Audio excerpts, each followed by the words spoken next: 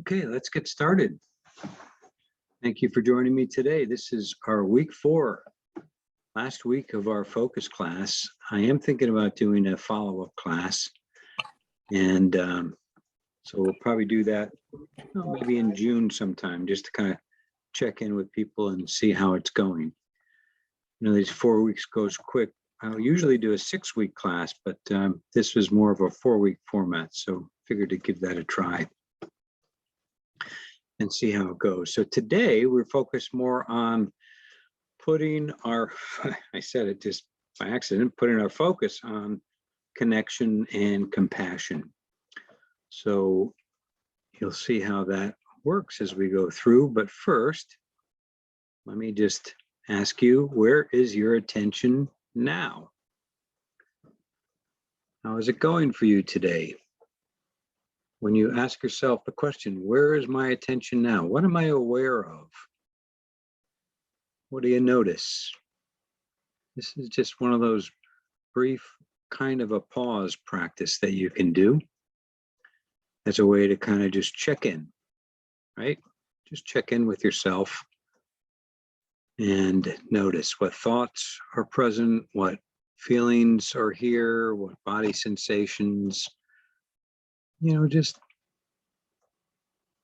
what's your attention on? Is it scattered? Is it focused? Is it fuzzy, sharp? Take a look at your own attention.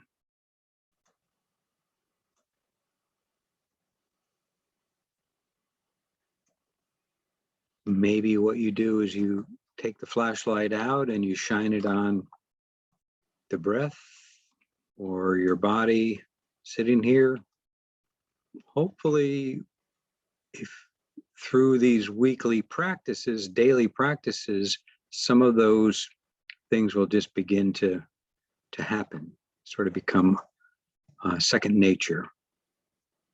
So that's just to kind of get us started. Last week, we introduced the river of thought, and we put our attention on our thinking, and that was the meditation. So just open it up. Let me know what was it like last week? A little bit different, right? We're focusing on our thinking and what's going on in our minds, any mental activity, as opposed to what's going on in the body or with our breath. Feel free to give me some feedback. Let me know how it's going. Hopefully you're able to get a little more time on the couch, so to speak, on the cushion, on the chair. But you might also hopefully be finding ways to bring this into your daily life, so that maybe you're not doing it just as you're sitting, but maybe you're doing it as you're doing different things. That's fine too. Good, a couple of comments here. Getting easier, but a lot of work still needed. Yeah, getting easier, more familiar. Yes, so again, that's the point of this, is we are beginning to train the mind so that it becomes second nature. Oh, that's great to hear. Someone says, I am sleeping better. So you might notice, hopefully you notice some benefits like that, ways that this can make a difference. And hopefully today's session, you'll begin to see that some of these practices can make us more in tune with other people. I quite enjoyed it. It was another way to let my distractions pass me by. Yeah. You know, it's right. It's interesting, when we focus on the thinking, we're still focusing, right? We're not letting the mind be all distracted. We're not letting it just sort of wander willy-nilly. We are training it so that we are being curious about what is happening in the mind. And we're not necessarily trying to problem solve or, fix things, but we're really just observing. Remember, I think I used this analogy that Thich Nhat Hanh uses of the television channel. Nowadays we have so many channels, so we have so many different thoughts in the television sets of our minds that we can learn to change the channel, and we can learn to choose the kinds of channels that we like, that are working for us. Here's another good one. It is challenging with deadlines and more work. Yes, ain't that the truth? I observed the river of thoughts and consciously chose to breathe and relax in the moment. I felt the anxiety and moved through it. Good. Very good. So, yeah, I mean, that's, that's probably the most challenging, when we're really busy at work and we're trying to focus. Yeah, there are all these distractions, and maybe you're noticing a better ability to focus on the task at hand, or when we get distracted, when there's something that really pulls our attention, you're able to come back to that focus and bring it back more quickly. All right, great. So I see a couple of you putting in know your numbers. Yeah, let me say a word about that. So please put in, if you want know your numbers credit. I know a lot of you have done that for the first 3 classes, so that's great. And so I believe they just had an announcement about know your numbers. It's all starting up again. So if you took my previous class, Mindfulness 2022, and got credit for that, you're all good. I put you in for that. And if you're taking this class and you attend most of the classes, you can get credit for this class too. Each class is $100 credit. So, so that's great. So I'm glad you could join in. We'll probably have another class later this summer or in the fall. I'm not sure when exactly, but we'll do something again, and you can get another $100 credit through EFR if you want to. So great. A lot of you are putting in that. It's fantastic. All right, so the other thing I asked you to do in the informal practice was to notice pleasant and unpleasant events. And so I'm curious, if you tried that, if you remembered trying that, it's just another way to kind of think about our focus, and you can put your focus on what is pleasant or unpleasant, and notice what happens. Notice how you react. Notice some of those automatic responses that we have. Just see. That's kind of the thing I like about the positive, obviously, is we can look at and really turn to the positive in a more intentional way. And when there are negative experiences, we can look at the negative and we can see what our reactions are, what stories we're telling ourselves about that. See what the automatic storyline, kind of our conditioned response to that particular unpleasant activity or event. And we can step back from that. We don't necessarily have to let that follow its course. But when we practice these things, we just have a lot more choice in the moment. All right, so just a quick review, and we're going to do another quick practice as well. So last time I introduced the idea of mental noting as a way to stay focused. So on the in-breath, just saying to yourself mentally in, and then on the out-breath, out. Or calm on the in-breath, and I changed this actually to focus on the out-breath. So you can use any words you like, but if you really want to work on your focus, maybe use some word that reminds you to focus as you breathe in and out. So those are just ways to keep our focus on the breath, to keep training. Remember, each time we get distracted, it's not a problem when we get distracted. Don't think that that's bad if you get distracted. The practice is when you notice being distracted, to return the flashlight back to your breath or to the body part that you're focused on. And that's this next slide here, where we use the flashlight also to explore the body scan. And you can use that as a way to move the flashlight around and still keep your focus, but moving it in a way so that you explore with some curiosity how things are in the body, sensations in the body in the moment. And that's the body scan. And then the river of thoughts, and like we did last time. So what I'm going to do now is I'm going to guide you through a relatively brief practice to get us into it and sort of as a refresher. And we'll start with the flashlight and we'll move to opening up to a more of an open monitoring way of being aware of thoughts. Okay?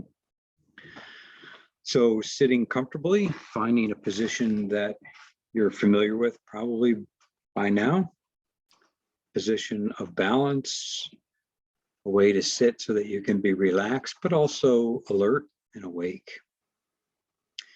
And closing the eyes, or if you'd rather keeping them open just slightly, but you want to be able to turn inward. And let's just bring that flashlight in, and you can focus the flashlight on whatever you choose, really. You can focus it on a particular part of the breath, for example. So if there's a specific focus where you really feel the breath very easily, you can shine the flashlight right there. Some people, instead of using the breath, might prefer to shine it on a part of the body. So you could shine it on your feet, that connection your feet make with the floor. You could shine it on the way you're sitting in the chair, the torso, the buttocks, contact that you make with the chair, your hands. Hands are an area that we feel sensitively, so that's another area. So just pick one spot and shine your flashlight there.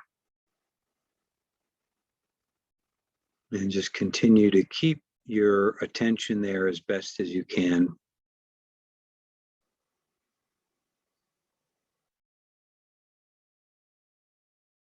And of course, whenever your attention gets distracted or pulled or something hijacks your attention, just noticing where that flashlight got moved to and gently but directly refocusing, re-shining it back to that original target point.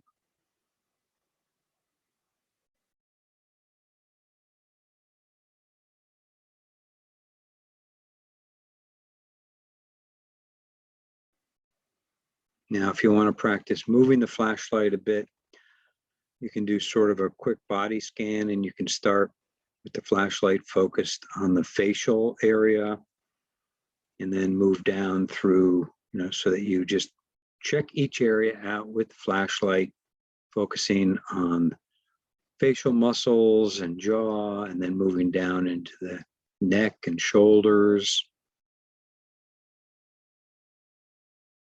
arms, hands, and just kind of wherever the flashlight takes you, just kind of scan the body. If there's something that calls out your attention in the body, some awareness of, an itch or a body sensation, some either comfort or discomfort, just shining the flashlight there. And just being aware of things as they are in the body.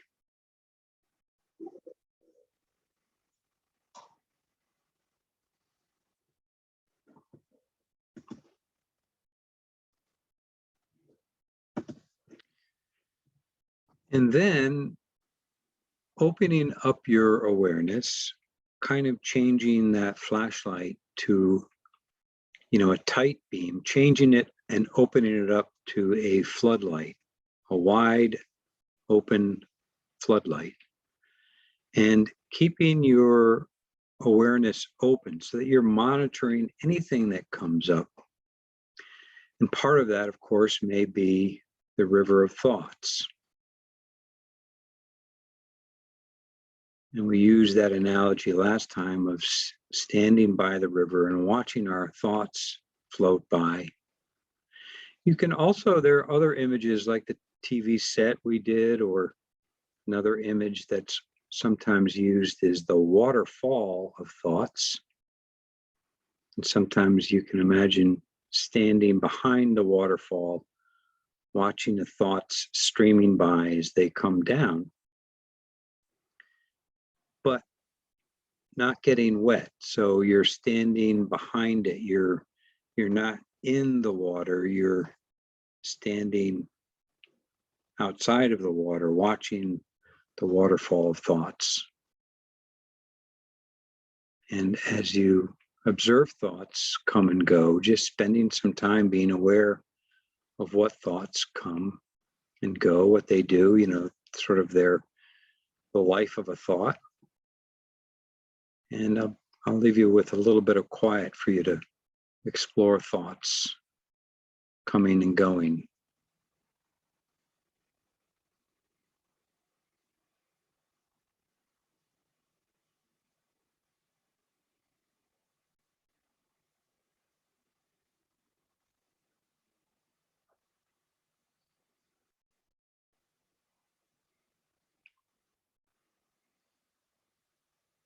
You might notice thoughts as mental images or auditory images, or you might be able to be aware of thoughts as something like a planning thought or a worry thought or a to-do thought. You can note it that way as well. So try that for a moment.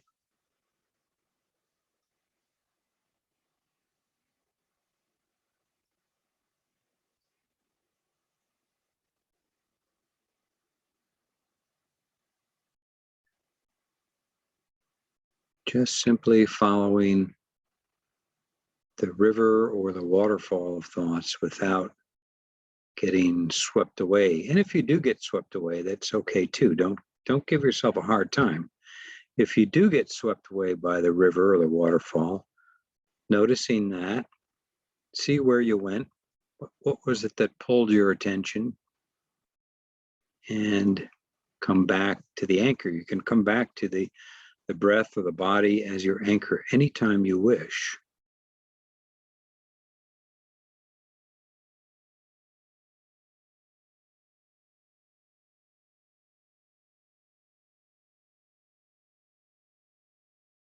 And we'll begin to come to a close. So just perhaps noticing what thoughts are here right now.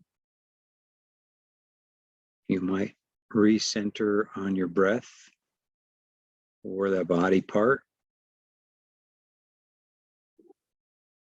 Relax the body. And when you're ready, you can open your eyes if you've had them closed. And we'll finish that meditation, which is sort of a combination of the flashlight and then the body scan and then the river of thoughts. So I want you to be thinking about what's been helpful for you as you practice these. When do you do it? When have you been able to fit it in? How have you been able to do it? What practices have resonated with you? And just finding a way to continue that. And we'll talk before we close out of how important this is to continue. But coming up with a little bit of a plan. What will you do going forward? When will you do it? How will you fit it in? And which practices? For how long? Those are some of the things to think about. Also, you might think about what your intention is. And today, our intention is a little bit different, but it helps to have an intention when you sit to meditate. And these are some of the common ones that we think about: relaxing, resetting, refreshing, and of course, focus. It may help us with stress to not react to stress as well. And I love this concept of relaxed attentiveness. It's the posture we assume when we sit to meditate, being relaxed but attentive.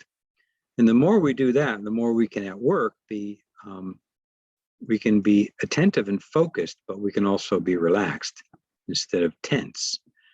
But as we learned from last week, we can also gain some insight from our thought patterns and our emotional patterns. And today we're really talking about being better connected. and in tune with others. And we can turn that flashlight to that, okay? So here's a good, thank you, Roberta. Here's a good comment. When I feel stressed, I say the mantra, stop. Yes, you say it right to yourself, right? Sort of a mental stop. And it really helps me get out of the stress response and refocus to task at hand. Yeah, and there is an actual stop practice, but I think you're just saying, just mentally say stop, so that you interrupt the cycle of where the stress can take you. And that's kind of a different way of, you know, and it's so that we don't get lost in the hurricane, so to speak. You stop and you step out of the winds into the eye of the hurricane. So yes, thank you for that. That's a good, helpful practice. But today, just talking quickly about the importance of connection. And, you know, we've been through a period of great difficulty when it comes to connection. And we've had to, you know, think about it. 2.5 years ago, we didn't even know what social distancing meant. And you remember there was a period where we said, well, it's really not that we should socially distant, we should be physically distant while staying socially connected. And that's really important here. And so if, you know, there are still difficulties with some of our connections, right, that we have had. And if you've started to have some meetings, perhaps in person, where you haven't done so much of that, it's really nice, isn't it? It's so great to see people and to be in the same room with people. But that's not always possible. So trying to find ways to be socially connected, even when we're physically distancing.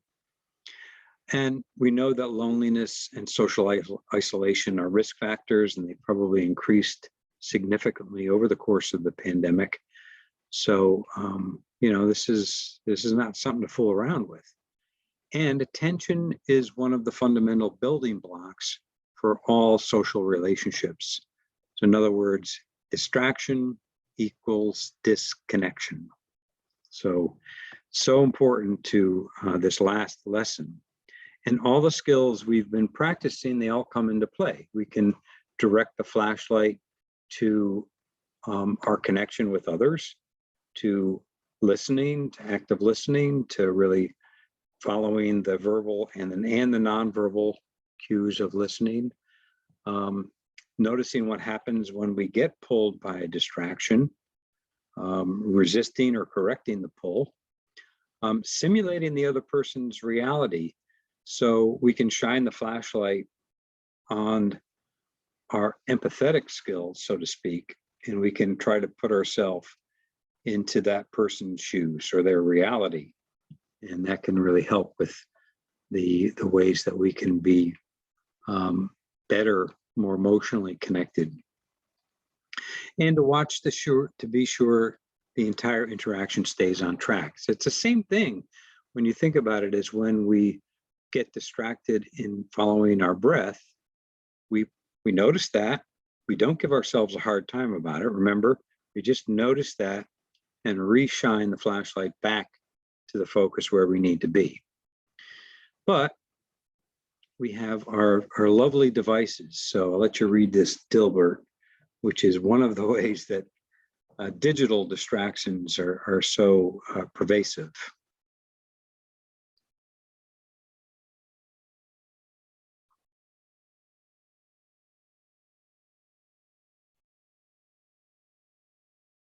As you can see, a good example of disconnection. And he just walks away. I don't know, probably wasn't even important. So how many times do we get distracted by all these different devices and by all the different little things that come up? And when you think about it, I've shown this before, but the kryptonite of our focus, remember, is stress, poor mood, and threat. So think about how these kryptonite factors affect our ability to listen, our communications, our ability to connect with others, and of course, to our relationships. So when we have a lot of stress, you know, we're probably more inwardly focused, or same thing with poor mood and threat. We're thinking about ourselves. We're thinking about fight or flight. We're thinking about survival. We're thinking about problem solving. We're thinking about fixing some of those things. We're not thinking about the other person. So all these things can really distract us. And but again, the practices we've been talking about can really help with all of these as well. So it works both ways. If we don't practice it, these can really get in the way. If we do practice our focus and all of the ways that it can help us, it can help reduce the effect of stress, poor mood, and threat. So one of the things, if we were in a class, I wish we were, and I wish I could figure out a way with this size group to do like a listening exercise, but it's kind of difficult with breakout rooms to do something like this. So here's part of your homework, okay? Choose a partner and just take 2 minutes, and one person talks, the other person just listens. And the person who's talking, tell your partner about something easy, like what you did last weekend or what your plans are for this coming weekend, something like that, something that's easy, just a short little story that you can tell them. And as you're talking, you're just talking. And as the other person listens, and here's I think the more difficult part of it, just listen as intently as you can with that flashlight of focus. Now, you will notice distractions, and that's the important thing. You want to notice them. You want to notice what pulls your attention. Often it's our own internal dialogue. What are we going to say? What's our response going to be? What's the point that we want to get across? And of course, there's all sorts of external distractions too. So I want you to notice those distractions, but don't follow them. Just notice them and just listen. Keep your attention, bring your focus back to what that person is saying. And then switch roles. So seriously, I'd love you to try this with somebody, somebody at work or somebody at home, and give it a whirl. It's going to take, just a few minutes. And then ask yourselves, what was it like to really listen? To listen so that you're not worrying about your points that you want to get across. You're just really listening to really understand the message. And what was it like to really be listened to? To be fully engaged and to be completely listened to by somebody who's not interrupting, who has, really has their full attention on you. What does that feel like? So give that a try. That's a part of your homework practice going forward. And this quote here, which is, I've heard this before, but she cites it in the book. Your attention is your highest form of love. So that brings us to our next practice for the week. And that's a connection practice, which is also going to be, we're going to do some appreciation of another person. So even as I'm talking, before we get started, if there's a person in your life that you kind of want to focus on and really appreciate, you can begin to think about that, who you would pick. And then we're going to go into the loving kindness practice, which, if you've done any of these practices before, and I know some of you have, the loving kindness is a way of sending our well wishes to that other person and a variety of other people. And it's done during the meditation, so you'll see how that works. Okay, so let's begin our next practice. And in the same way, just finding a position that you're comfortable with, finding a nice balance, finding a way to be at ease, and taking a moment to let the body settle. And maybe taking a couple of nice deep breaths. Helps us relax, especially as you breathe out. Feel the relaxing, calming nature of the out breath. As you breathe in, you might feel that sense of focus, that sense of refreshing, uplifting as you breathe in. Breathing out, releasing, settling. And then just let your breath come to its natural rhythm. And just for a few cycles, let's just get established with the breath. In and out. You can use the mental noting if you like. Calm and focus, whatever is helpful to bring that focus. It always helps during any meditation to take a minute or two or three of letting the body settle and relax, focusing in on the breath.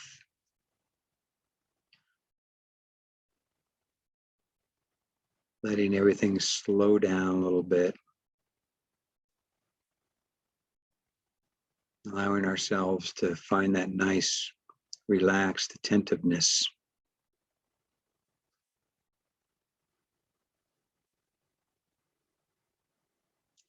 And now in this mindful state, bring to mind that person, somebody that you can easily appreciate. Somebody in your circle that you care for, that cares for you. Somebody that has done some nice things for you, has supported you. So just take a moment to bring them into your mind's eye and reflect on your appreciation for them.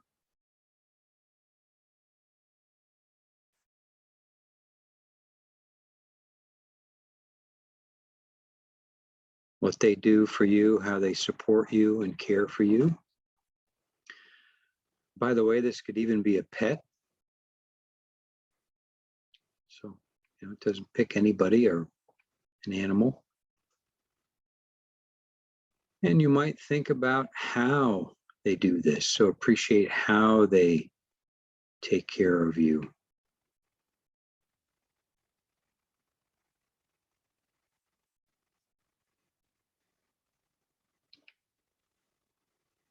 What you admire about them.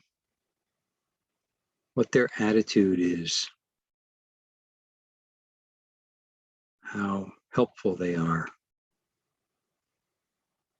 And just really take a moment longer to settle and feel that sense of appreciation. And it may notice a feeling of gratitude. And you may also see if you can notice where you feel this in the body. You might notice a warmth, maybe in the heart area, or lightness, or sense of comfort or ease or gratitude.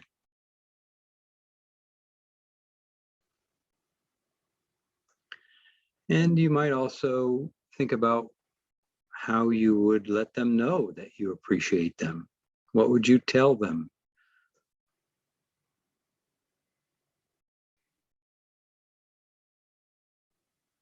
Let them know. Imagine them receiving this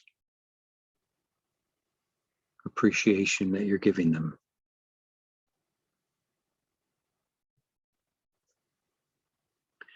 And so turning to the loving kindness part of the meditation, keeping them in mind, send them a few well wishes. May you be safe. May you be healthy and happy. May you live with ease. And just kind of repeat those. And you can use any phrases you like. These are just some of the traditional ones. And you might include yourself with that person. You imagine yourself sitting with that person and you can say, may we be safe. May we be healthy and happy and May we live with ease. May we be free from suffering. May we accept things as they are. You can use whatever you like. And just rest for a moment in those wishes for yourself and this other person. And then you can expand outwards. You might bring somebody to mind that you know of, who's kind of neutral. You don't really know them that well, but there's somebody that you cross paths with, perhaps somebody at work. You don't know them that well, but you know of them. Maybe they're receptionist in the lobby, or somebody in the cafeteria or the coffee shop that you see on occasion. You know them, you smile at them, but you don't really know them. And just pick a person like that who's kind of neutral and send them the same well wishes.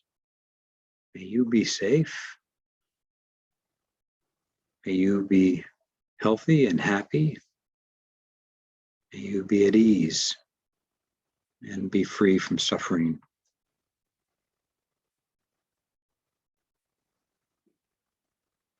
We can even pick somebody who is sort of difficult in our lives, kind of challenging, and you can bring them into our mind and our heart and send them those same wishes, because we know that everybody wishes to be for these things for themselves, right? So we'll bring that challenging person up and we'll wish them the same. May you be safe. May you be healthy and happy. May you live with ease and be free from suffering.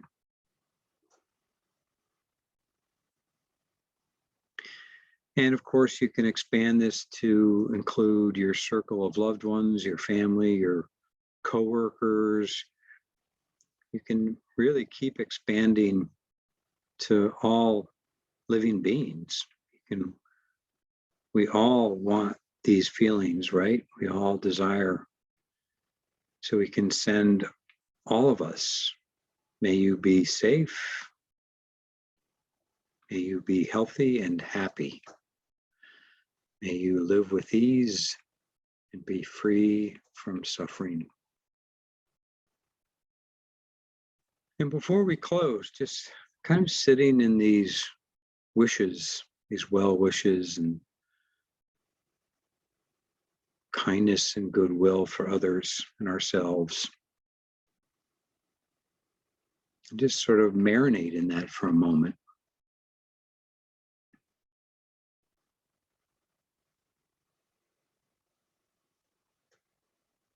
Maybe letting ourselves relax. And when we're ready, we'll feel the breath one more time and open our eyes gradually and slowly as we finish that practice. And I thank you for joining me in that practice. So that's a good one for, sending out our wishes for connection, right?